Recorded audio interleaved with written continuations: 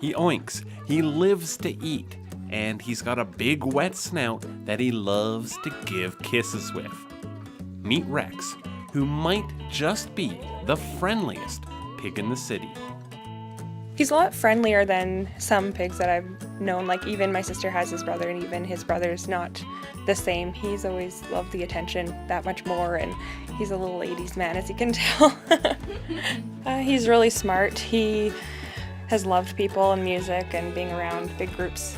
He's just like a family. He was attending some birthday parties at the Humane Society, just teaching education for not just dogs and cats, but for farm animals and how they love people as well and love the attention. He just seemed to love it, and the kids loved him. Even the parents were amazed by him, so it just kind of caught on, and he was always wanted back. This past summer, while out grazing, Rex encountered 2 dogs. The result was a vicious mauling that left poor Rex gravely injured. I was at work and I got a phone call just saying that he was lost, nobody could find him.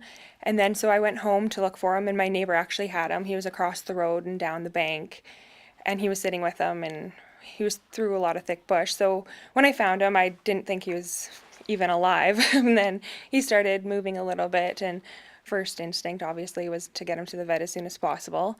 When Rex first arrived, he was in pretty serious condition. He had extensive puncture wounds and lacerations over his entire body.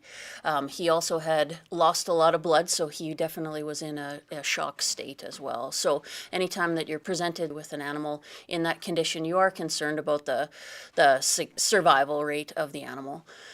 So we took a very cautious approach to begin with, knowing that potentially we may not get a positive outcome.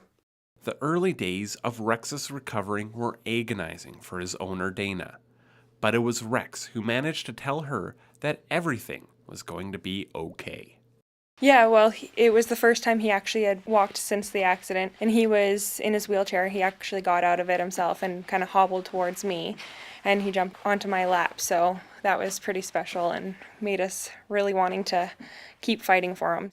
He unfortunately sustained damage to the tricep tendons, and when those tricep tendons ruptured, we did have a discussion about it being time to euthanize him. And when he jumped out of the crate and got into Dana's lap, that kind of gave us the chance that we said, you know, we'll give him a few more days and see how he progresses. And every day he'd come in, he was happy to see you, wanted to be fed, his appetite never failed on him. So as long as he wanted to eat, we were willing to continue to work on him. It would be understandable, after everything this little guy's been through, if he wasn't as friendly as before. But that's simply not the case. He's thinking about it. Oh.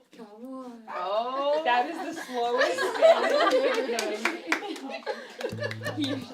He's doing really good. He's back into his routine. He sleeps in the bed with us again. He can jump up there himself. He won't let us forget him, and he goes everywhere with us again, and he's always by our feet when we're eating, so he's back to normal. Yeah, he definitely has won the hearts of all of the staff here. Green Mobile Veterinary Services, including my own. You know, he has a personality that words don't describe. It's not until you meet him that you're caught, you're hook, line, and sinker for him. And while he might not ever walk the same and his ears won't grow back, Dana believes it was his strong sense of spirit that kept him alive.